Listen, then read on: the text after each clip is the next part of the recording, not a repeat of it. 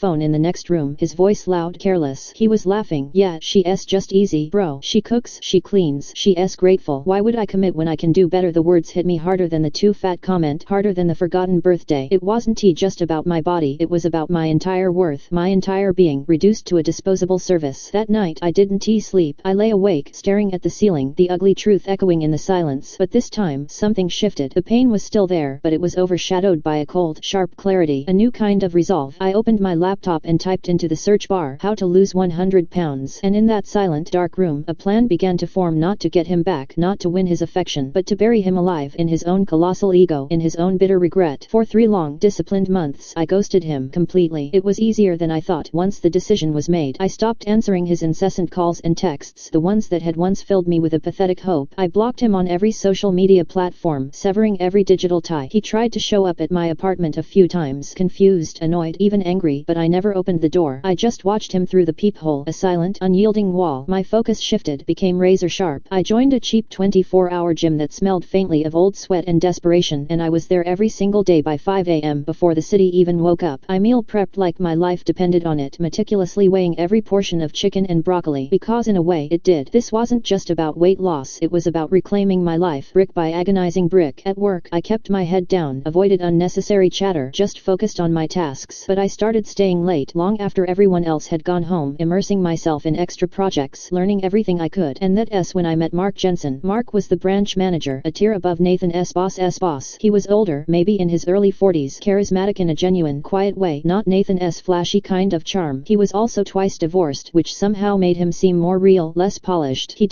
often be the last one in the office, and one night, he saw me dragging my sad-looking protein shake back to my cubicle after a late gym session. He paused by my desk, a curious smile on his face. "You training for something, Sarah?" he asked, his voice low. I looked up, a tired laugh escaping me. "Revenge," I said, without thinking, and then blushed, surprised by my own honesty. He didn't flinch. He laughed too, a deep, genuine sound. "Good answer," he replied, and walked away. From that day on, he started leaving protein bars on my desk, subtle, thoughtful gestures. He'd share tips about healthy eating, about pushing through the fatigue. We talked about work, about life, about everything but Nathan. We clicked. I didn't tell him about Nathan, not yet. That part of my life was still a raw wound, a secret I wasn't ready to share. By Christmas, barely 3 months in, I'd dropped a solid 40 pounds. The clothes were hanging looser, my face was changing, and a quiet strength was building inside me, stronger than any rage. Nathan called again around Christmas. He left a slurring voicemail, clearly drunk. "Merry Christmas, babe, come over." I didn't answer. I just deleted the message. He was fading, becoming irrelevant. 6 months later,